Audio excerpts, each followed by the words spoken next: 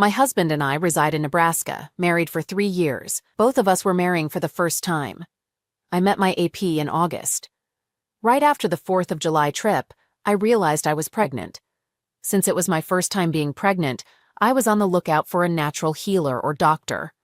At that point, I was about 3 months pregnant. I decided to check out a local natural clinic, and that's where I bumped into this young male doctor, who couldn't have been older than 35. He had dark brown hair and a wedding ring on his finger. We chatted in his office for a bit. He told me he was a licensed doctor who respected natural and traditional medicine, but preferred naturopathy because it's calmer and better for patients. The thing is, he seemed really nervous the whole time. His hands were shaking a bit when he took my pulse. I asked if he was new to the medical field, and he sort of stumbled over an apology for being jittery. I could tell he was smitten, and I thought he was quite good-looking too. So, I asked if he could give me some advice about my pregnancy. He agreed, but mentioned that he'd be leaving the natural clinic by the end of the month.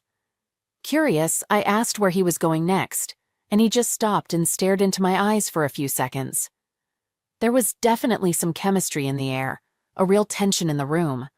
He finally told me he'd be working as an herbalist, not an OBGYN, but he gave me the name of a midwife and his phone number. He told me to call him any time for medical advice. Yeah, right, medical advice. I tried to forget about him for weeks, but I couldn't help having a couple of dreams about him. I really wanted to give him a call, but I resisted the urge. From that point forward, when my husband was at work, I'd come up with all sorts of excuses to call him, whether it was a slight headache, a bruise, hormones acting up, you name it. Most of the time, we'd just chat on the phone, but every now and then, maybe about twice a month, he'd manage to slip away from work and come over. Then, one night, about 2 months later, he was sitting beside me on the bed, and out of nowhere, I started crying. I mean, full-on sobbing. He immediately wrapped his arms around me, comforting me, saying things like, "It's all right, let it out, I'm right here, I've got you. I'm here, you're okay." Between the sobs, I managed to spill the beans that I had fallen head over heels in love with him, and I had no idea what to do about it. He gently held my face, wiped my tears away, and confessed that he felt the same way about me. I asked him what in the world we should do next, and he told me he desperately wanted to be with me, but he'd respect whatever choice I made. He said if I didn't want to see him anymore, I should let him know. I reassured him that I did want to see him, but was just scared and confused. He said we could go in any direction I felt comfortable with for us, so I suggested, "Can we just go with the flow?" He agreed wholeheartedly. I leaned in for a kiss, and bam, there were fireworks. We ended up making love right there on the master bed. And let me tell you, being a doctor seemed to make him an incredibly skilled lover. The term bedside manner took on a whole new meaning. The first time was a bit quick, and he apologized, blaming it on nerves and my sheer beauty. Then he gave me the most mind-blowing BJ I'd ever experienced. I had no idea I could finish twice in one day. It was mind-blowing. Afterward, we cuddled and kissed, and he told me he believed we were meant to be together. I couldn't agree more. He started coming over at least once a week after that, sometimes even twice. We'd spend hours together, going on dates or just staying in, talking and cuddling. Sometimes we got intimate, sometimes we didn't, until I was about 7 months pregnant. He was an amazing and generous lover. Occasionally, he'd take a day off, but he'd still be on call for emergencies. On those special days, he'd take me out on dates that lasted the entire workday for my husband. One late November day, we went to the park, and when I got too tired to walk because of my pregnancy, he scooped me up and carried me to a park bench. I rested my head on his lap, and he tenderly stroked my hair. We had our first serious talk about our future. He told me he wanted to build a future with me. He said that no other woman had ever made him feel so loved, needed, and important. He opened up about being ready to leave his wife for me, hoping I felt the same. I confessed I was unsure about what I wanted. I loved him deeply, but I also had to think about our baby. Stability was crucial, and I even considered ending our relationship right then. Instead, I told him I needed some time to figure things out between us. He reassured me that he was willing to raise my baby as his own. He envisioned a future where we'd eventually get married and have more children when I was ready. His wife couldn't have kids, and he was looking for someone to start a family with. We both dreamed of having 5 kids someday. When my daughter was born in late February, I named her Clara after my lover's mother. Despite all this, I'm still torn about whether and how to move forward with this man. I love him deeply, and the thought of losing him is unbearable. But I can't ignore the confusion and uncertainty in my heart. Financially, my lover is better off than my husband, so I wouldn't need much from the divorce. In theory, it should be straightforward. However, I often find myself feeling lost and bewildered. Most of the time, I end up crying in my lover's arms. He's incredibly gentle and supportive, always comforting me and promising to take care of me and the baby. I initially thought I was going through postpartum depression and had trouble bonding with my baby. Now I believe it wasn't just depression, but the stress of being in a loveless marriage and trying to build a secret life with my lover. I'm still battling depression, but I love Clara and I miss her, especially since I'm not living with my husband where she is. I confided in my lover about my possible PPD, and he held me close, emphasizing, "So you're unsure about having Clara with us? Whether she's a part of our lives is your decision. If you feel you can't be a good mother right now, it might be best to leave her with him. But you know I will love and care for her as my own. Take your time with such an important decision. It could be the depression talking, not you." I told him I did want her with us, but I felt overwhelmed. My lover had been talking about divorcing his wife every time we met, claiming he had the papers and was ready to file. He desperately wanted me to file for divorce too, so we could be together. However, I needed time to think things through.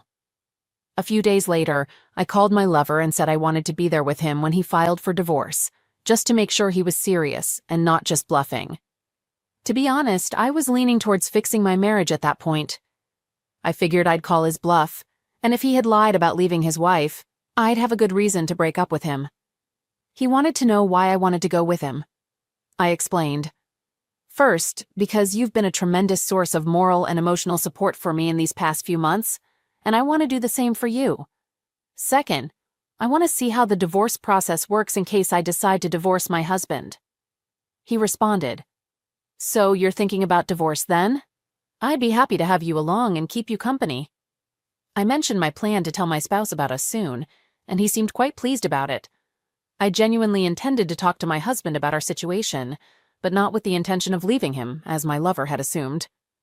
So that settled it. He had already taken the morning off work, so it wasn't a hassle for him. I had my mom take care of Clara, and we headed to the courthouse. While I didn't want to be nosy and hover over his shoulder during the process, I got a pretty good idea of how things worked. Surprisingly, it seemed fairly straightforward, even though I'm the type of person who had her mom help with taxes when she first moved out. He did indeed file for divorce right in front of me. He hadn't been lying. Afterward, he wanted to talk about telling my husband and my decision.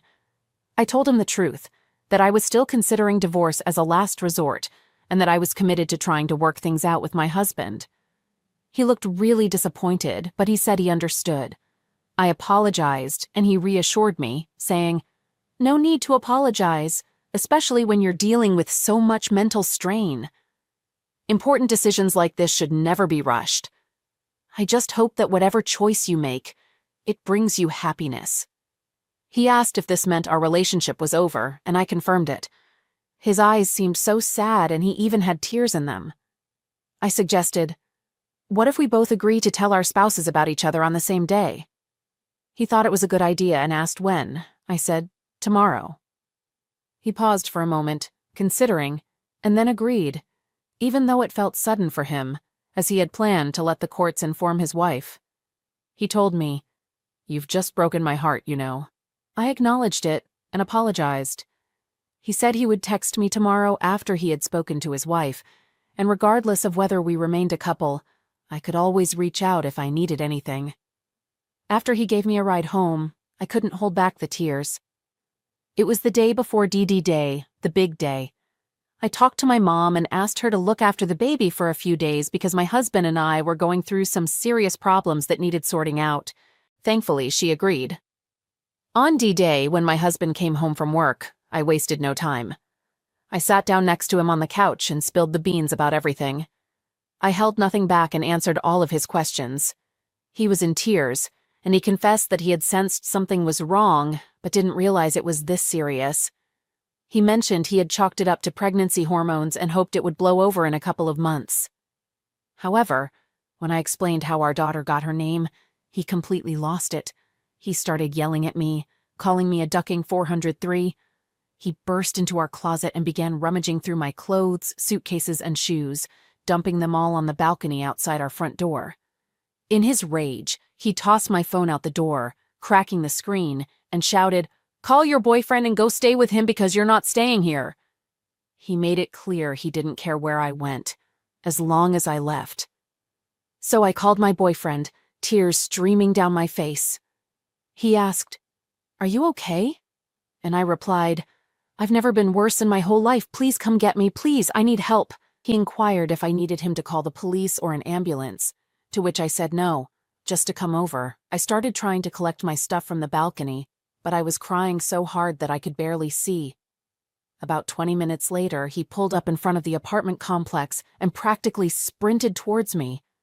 I mean, he ran up those stairs. He held me close, and the first thing he asked was, "Are you hurt? Are you safe? Did he hurt you?" I assured him that my husband wasn't like that. He helped me gather my mostly random clothes and shoes, which were all I had in my suitcases, and put them in the trunk of his car. We were about to leave when I mentioned I needed to grab my purse and wallet, so I went back to the apartment, and my husband kept his back turned. I told him, "I'm so sorry. Really, I am. I never thought it would end like this. I didn't want this. I don't even know what I want, but it's not this." All he said was for me to leave. And so I did. Once I had a chance to calm down, I asked my ex-lover what on earth I was going to do now. He reassured me, saying, "It's going to be all right. My wife left yesterday. She's staying in a hotel for the next few days, and then she's moving in with her parents across the state." He told me I could stay with him in his apartment for as long as I needed. He was thoughtful enough to stop at a neighborhood grocery store to pick up some essentials. He got groceries, tissues, and toiletries for me. He even got me a pint of ice cream and a chocolate bar, which was a sweet and considerate gesture. As soon as I stepped into his apartment, I completely lost it and started crying all over again, just sitting on the floor, shaking with deep sobs. It finally hit me that this was really happening. He knelt down beside me, held me close, and whispered comforting words in my ear, assuring me that I was safe now. He was here, and the worst was over. Eventually, I stopped crying, and he led me to the couch. He grabbed a comforter from his bed and wrapped me in it. He headed into the kitchen and told me not to move an inch until he returned. He couldn't have been gone for more than 10 minutes. While he was away, I found myself looking at his wall decor. It was one of those everyday moments that stick with you during huge life events, with tiny details etched into your memory forever. I'm feeling incredibly lost. It's hard to believe this is actually happening to me. I've been kicked out of my own house. He came back with a cup of tea for me and mentioned he was cooking dinner in a crock pot if I wanted some. I told him not to bring up food because it might make me sick. He understood but encouraged me to eat something soon to keep my strength up. The rest of the night was a mix of tears. Initially, he told me it was okay to let it all out, but after an hour or two of intermittent crying, he thought it might be best if I tried to detach a bit to give my mind a break. He brought me a cold cloth for my eyes, a piece of toast, water, and a Benadryl. He gave me the option to sleep on the couch or in his bed, whichever I preferred. For the next several days, my ex-lover continued being caring and attentive. He made sure I ate as best as I could, considering I still threw up daily for about a week, and ensured I took my vitamins and rested. He was always there, never leaving my side except for work. When he had to go to work, he would lock away knives and other things he thought might be dangerous, and he told me to call him if I ever felt unsafe. He was a bit overprotective, but I appreciated it. No one had ever cared for me like that. I asked him why he was doing all this for me, especially since we're not technically a couple right now. I told him I still wanted to try and save my marriage, and hoped he didn't expect me to repay him for all his kindness. He sat down next to me and explained that he understood I was in a vulnerable place and a lot of pain. and he wouldn't take advantage of someone in that state by expecting anything romantic. He's being kind because it's something he enjoys. He mentioned he wouldn't have become a naturopath if he didn't like taking care of people. He told me he still loved me deeply and wanted more than anything to be with me. However, he also respected that I wasn't psychologically well at the moment, and his duty as a healer was more important than his romantic feelings, which I found incredibly noble. I really appreciate the fact that he's a caring and nurturing type. It seemed like his soon-to-be ex-wife had a career-focused life, and I think that's what drove a wedge between them. The state of our relationship is quite peculiar right now. We've pretty much ended our relationship. There's no more than hugs and innocent kisses between us. Both of us are hurting, and we're not even sure if we'll remain a couple. Still, he's letting me stay at his place indefinitely and treating me with utmost kindness and care. My emotions are all over the place. Every now and then, tears start flowing, and my ex-affair partner is right there with me, soothing me by stroking my hair and drying my tears. I can't even explain why I'm crying so much. It doesn't make sense to feel this awful when I'm with the man I love. Just a month ago, I would have done anything to be where I am now. But I can't stop crying or thinking about my last moments with my husband. I do appreciate having time with him now, and I like not having secrets. But this wasn't what I had in mind. I can't desire this anymore. I have to tell him I can't stay here and live with him. I know if I want to save my marriage, I can't stay here. I have to move out and get back on my feet as soon as possible. But I'm not sure if I can do it. I'm too scared. I can't stay with my mom. I'm afraid to tell her the truth about what's happened in our marriage. And I know she'd ask if I told her I needed a place to stay because my husband kicked me out. My ex-lover doesn't want me to stay with my mom because she still works, and he's worried about me being alone all day. I'm in a really bad mental state, and he's concerned I might have a breakdown.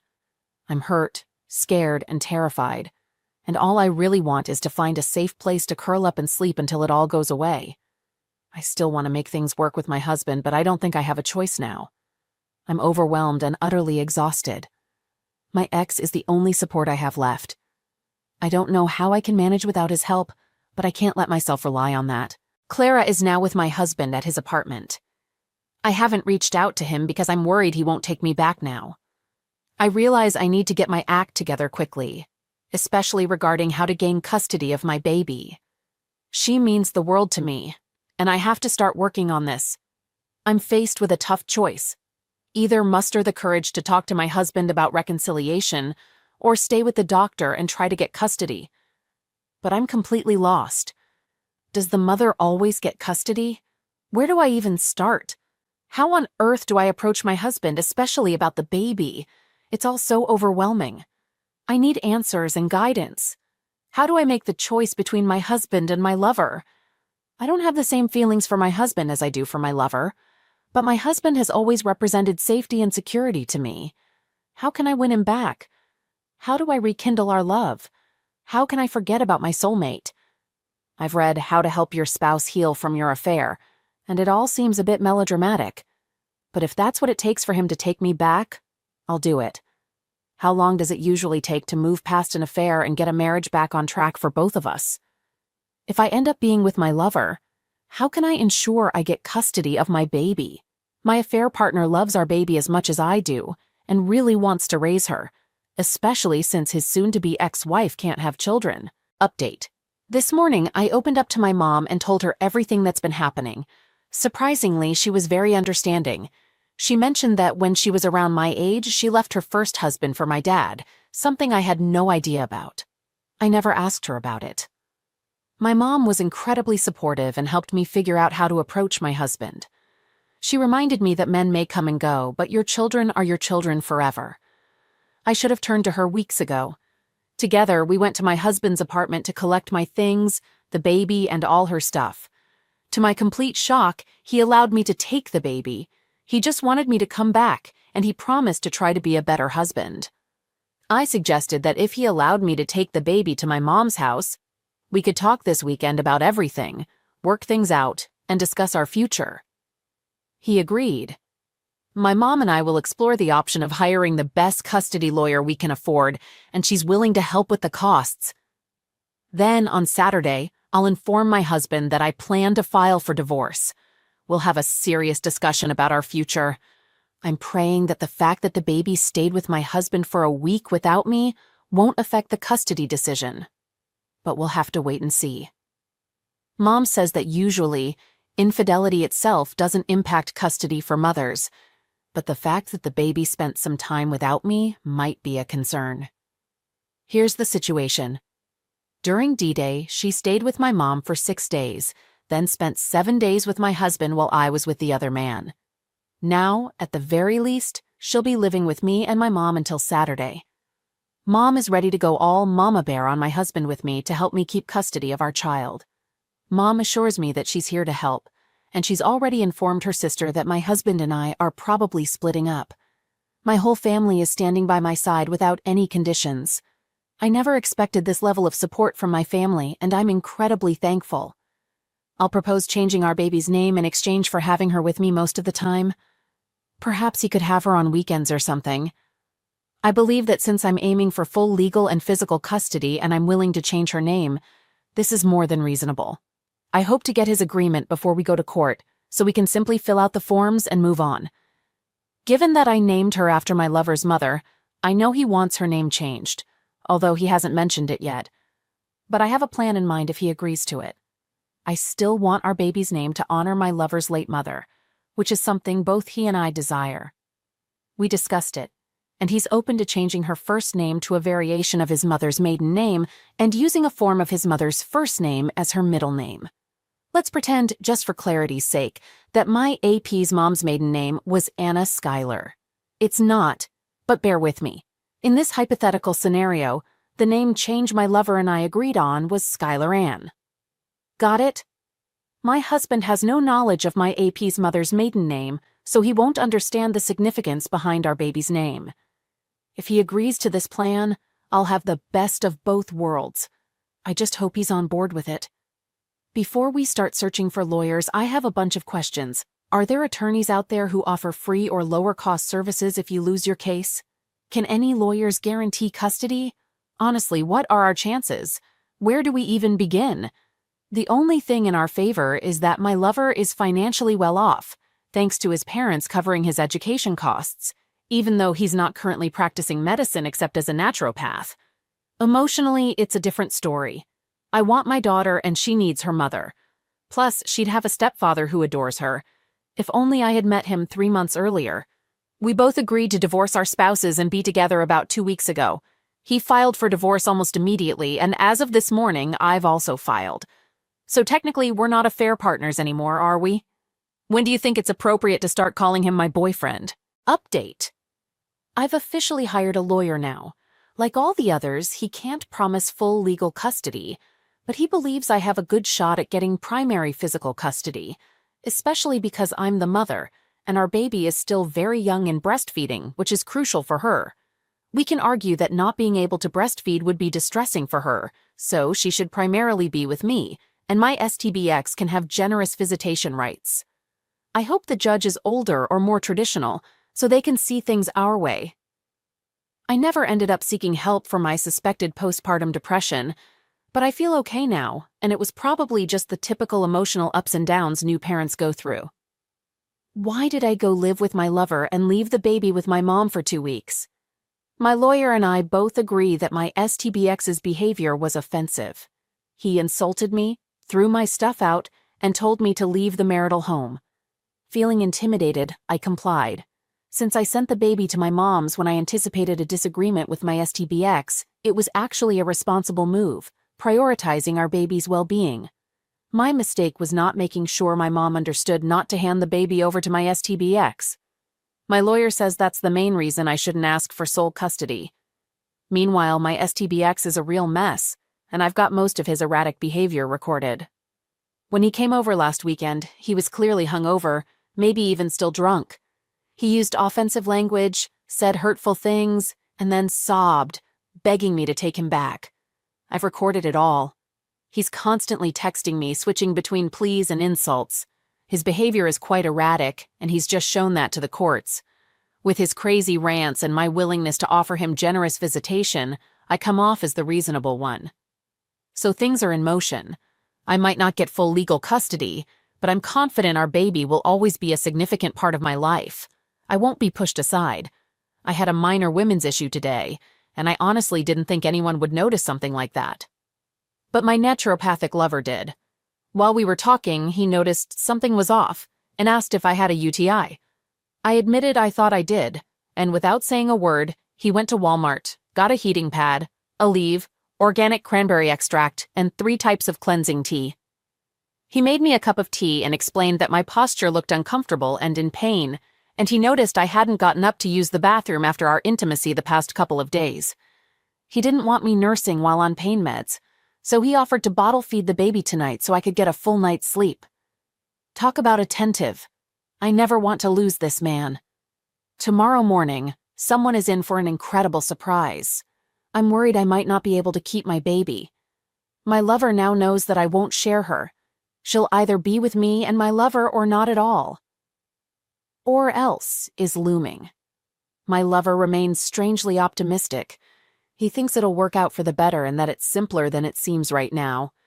He believes there's nothing seriously wrong. I wish I could share in his positivity. I'm starting to get a headache and it's hard to type this out. I have a dentist appointment early in the morning, and I'm looking forward to it because maybe they'll give me nitrous oxide, and I'll finally have an hour of peace. STBX, you're such a jerk. Just take her from me. I'm absolutely furious. I can't even describe it. I keep going back and forth in my mind about my daughter. One moment, I feel like I won't compromise for him, even if it means giving up my daughter. The next moment, I'd do anything to keep her in my life, even if it means seeing him twice a week. Today I went to my GP, and she told me I have moderately severe depression and prescribed Wellbutrin. I have a follow-up in 3 months. Now I have to stop nursing because of these antidepressants, and I'm not sure how to handle it. It's making me even more emotional, and it feels like another way I have to let go of my precious daughter. Plus, since I can't nurse her, and I'm getting mental health treatment, my chances of keeping her seem close to 0. The only argument my lawyer had for me is gone. The appointment that was supposed to help feels like it's made everything worse. I'm so angry. He's taking my daughter, and he knows it. I can't stand him. When I was with my lover, I didn't hate him, didn't even think about him. I want to go to his apartment and make it clear that my daughter is mine, regardless of what the courts say. He means nothing to me. He's just the guy who happened to be there at the time. I've cried so much. I hope the medicine stops some of that, but waiting 3 months for relief seems unbearable. I hate him. He's taken my little girl. I don't need alimony. I might end up getting it because I never worked during our marriage, but I don't need it. My lover makes almost half of what my husband does. I don't need the furniture from our apartment. All I need is my baby, and I'm losing her. I've already lost her. He stole her. My lover holds me and says he knows things are beyond awful. He tells me he's grieving too. He holds me while I cry and sob. He says he won't leave me, whether I can keep my daughter or not. He just wants me to be happy. He'll get me a kitten, pay for grief counseling, buy me anything in the world.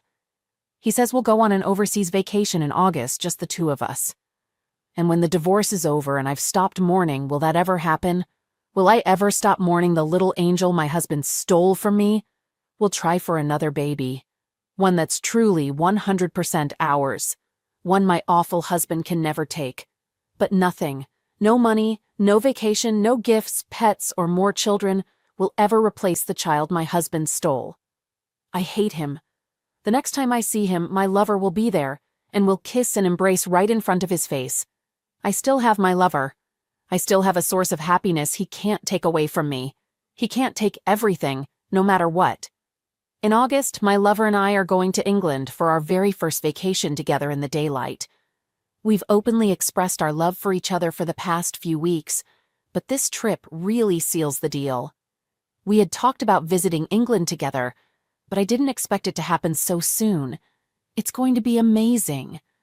We're planning to stay there for 2 weeks. He's going to show me around London, take me on a train ride across the northern moors, and we'll do some shopping and visit the seaside. He just booked our plane tickets today, and all that's left is to pick a hotel. Plus, I absolutely love rainy, misty weather and having picnics in parks, so this trip is going to be perfect. On top of that, he has some distant family there. Aunts, uncles, grandparents. And he told me tonight that he's already informed them about his impending divorce and wants to introduce me as his girlfriend. Not a lover or a secret affair, but his actual girlfriend. I think that means we're officially a couple in the eyes of the world now, or at least we will be. I've been going through a rough time lately, but this vacation is just what we both need. It's a chance to escape, change our surroundings, and simply relax together as a couple. It's an opportunity to take our relationship to a new level and explore new emotional territories. While I'm still dealing with the stress of waiting for my soon-to-be ex to respond to my divorce petition, this trip has brought some calm and peace into my life. I have so much to look forward to, and it feels like a fresh start. It's like a new beginning, just like the song says. I'm feeling good. Update. Finally, I had a conversation with my soon-to-be ex last Wednesday, and we managed to come to an agreement. Initially, he wanted to fight for full custody, but he decided to give me a chance. He proposed that if I delayed the divorce proceedings for 6 months and attended marriage counseling with him at least 5 times, he would agree to joint custody, with each of us having the baby for 2-week intervals. I agreed to this, and I recorded it, which was a relief. Afterward, he hugged me tightly, started thanking me, and it was incredibly awkward. I didn't respond to the hug and just said, I knew we would eventually find some common ground. Thank you. Then collected my things and left his place. I immediately called my lover and explained what had happened. He responded, We'll talk about this after work. When he returned home, he seemed visibly irritated. I asked him what was wrong, and he said, I don't know, you tell me. Going off to have love therapy with your ex? I don't know how to feel. His voice sounded angry, but his eyes showed pain. So I sat down with him on the couch, played the recording, and told him about the awkward hug and how I didn't reciprocate. I said, It's just 5 sessions, 5 hours in total. That's all the time I'll be around him. I'm doing it for the sake of our baby. He relaxed, held me, and encouraged me to do what I needed to. I assured him that I'd be secretly recording everything and that he could review all my conversations during these sessions. Then, he surprised me by asking if we could go to premarital counseling together someday. He expressed discomfort at the idea of me having an intimate moment with my STBX that I hadn't shared with him. I was taken aback. Despite talking about a long-term relationship, mentioning marriage was unexpected. I happily said yes, and he seemed overjoyed at the thought. It felt like a fairy tale moment. He appeared happier and less worried at this point. I'm concerned that attending these sessions might hurt my lover more, but I plan to remain neutral, non-emotional, and avoid saying anything that my STBX could interpret as love, longing, or attraction. Now, regarding an update, I had my first marriage therapy session with my STBX on Friday morning. The therapist seemed biased towards my STBX. He spoke first, revealing everything about the affair, and I confirmed it all. Then, she started asking my STBX about his feelings, triggers, and what triggered him, as well as what I could do to help him with his triggers. I sat there in disbelief, shaking my head slowly. Finally, she asked me for my thoughts, and I expressed my astonishment at the situation, considering my constant emotional turmoil since I told him I was leaving and he kicked me out of the house. I thought about asking her how she could expect me to help him with his issues when we're going through a divorce. However, since it's only the first session, and I agreed to 5 of these to keep my daughter, I decided not to bring up the divorce. So the therapist started talking about PTSD and how it feels, like I don't already know, and how my affair might have triggered it in him. I just replied with an okay, and kept quiet from there. At some point she said, If you think I'm here to hold your hand and say everything's okay, you're wrong. Again, I just said, okay. It's been a couple of days now, and maybe I tried to block it all out, so my memory of the session is pretty fuzzy. I answered as calmly and non-confrontationally as possible, even though my eyes were welling up. It's clear this therapist isn't here for me, which is fine because I'm not here for her either. I'm here for my baby. When I got out, my boyfriend was there in the parking lot to take me home, and he noticed I was crying. I told him it was probably the worst therapy session I've ever had, and I've been in and out of therapists' offices since my father died. I started crying uncontrollably and he just held me. When he asked what we talked about, I told him, "We discussed my ex and PTSD, but besides that, I don't remember." He wondered why I couldn't remember, and I explained that I didn't feel right, like I was out of touch with reality. He took me to his clinic, where he made me herbal tea and hooked me up to the oxygen bar, which is just essential oils and 96% pure oxygen. He held me while I drank my tea, and after 30 minutes on the oxygen, I had stopped crying and felt better. We returned to our apartment. I took care of the baby, pumped milk, and went to bed. My boyfriend took over caring for the baby for the rest of the day. That night, I woke up feeling unwell, rushed to the bathroom, and got sick. My chest hurt, my heart was racing, and I couldn't stop shaking. My boyfriend, was there for me as always. He looked after both the baby and me the next day. I had a slight fever, but my temperature kept fluctuating. After ruling out pregnancy, Elle and I concluded that it was stress-related. My chest still hurt, and I wasn't doing well. My boyfriend thought it might not be a good idea to go back for the remaining 4 therapy sessions if they made me have such a severe episode and shut down. But I don't care. It's for my little girl. He questioned the point of going if these sessions hurt me so badly that I couldn't even care for my baby and had to stay in bed. However, I have to try. I can't lose my baby. My chest is almost completely better now.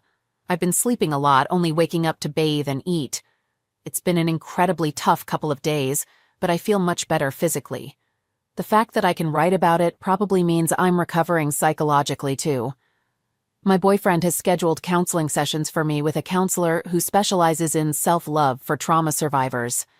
He and I are planning to have a consultation with her, and if we find her suitable, he'll pay for private sessions. He was really upset about how dismissive the marriage therapy was of my pain, so he wanted me to have something positive to counterbalance it. He wanted me to experience kindness from someone other than him, so I could be sure it wasn't just him trying to make me feel better. Honestly, everything he does just oozes kindness. I've been through almost all of the therapy sessions now. After the latest one on Friday, my soon-to-be ex and I had a conversation. He actually agreed that when we do get divorced, he said if, but he's in deep denial, he'd let me have custody of our daughter. Finally.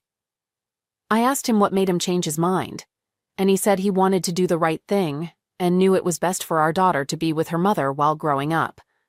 He wants visitation on weekends, and I said I'd be more than happy to agree to that, especially while she's still young. We agreed to work out the details later. My boyfriend, was a bit concerned when he saw me talking to my STBX outside the clinic. When he picked me up, he got out of the car and asked what we were discussing. I told him he said he's going to let us keep Clara. The worry on his face disappeared, and he asked if I was sure he said that. I assured him that he did. Elle wanted to hear the recordings, but I didn't have them with me because we were just in therapy, and I didn't bring my VR. I explained that it was an emotionally intense and confusing conversation, and I needed it in writing or recorded. So today, Elle and I went to STBX's apartment with our baby and the VR. Elle waited in the car while I talked with STBX. He reiterated that he had thought it over and was willing to agree to physical custody for me as long as he could have visitation. I suggested that he could visit on weekends and proposed that we fill out the divorce papers together right there to make it official and uncontested. This way we could update our lawyers and it would be a lot less messy. So we sat down together, and I printed out the paperwork my lawyer gave me, my filing and his response, and we filled them out like 2 reasonable, friendly people. At one point, he looked at me with tears in his eyes and said, "You know we agreed to wait 6 months before starting this, right? We're still waiting, right?" I assured him, saying, "Sure, I'll wait those 6 months for Clara's sake. I won't file until then." He mentioned that we could stop the divorce process once it started, and it didn't have to be the end. I acknowledged this and added, "Honestly, though, I think our marriage has about 5 more months to go." He expressed hope for reconciliation and couldn't believe his life had come to this point. I suggested individual counseling for him and genuinely thanked him for letting me have Clara, preventing a tragedy in my life. I assured him he'd still get to see her as often as he wanted. As soon as I left, I couldn't help but break into a grin. I'm still smiling ear to ear, and my face hurts from it. I told Elle that we'd completed the paperwork, and now it's a matter of waiting, filing, and more waiting. Right in the driveway, Lionel and I shared a kiss, and then we headed home. But not before making a stop at the liquor store to pick up some Nuit Saint Georges, the fanciest bottle they had.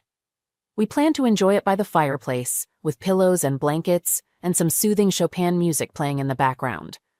Of course, I feel a bit sorry for my STBX, but after months of worrying about losing my child, he decided to do the right thing and let me have her. It's an enormous burden lifted from my heart. So, I haven't written an entire post in a couple of weeks, but I thought it was time for one. Things have settled down quite a bit. I'm in therapy, working on dealing with PTSD-related issues. My therapist is someone I've seen on and off since my first diagnosis of BPD years ago. Lionel didn't recommend her, but he joined me for a couple of sessions at my request. She seems to like him. We didn't delve too much into our relationship. Instead, we focused on my father's passing when I was 10 and how it impacted me and my thought patterns. We're trying to get to a point where I can identify and understand my emotions better, rather than just saying, I feel terrible.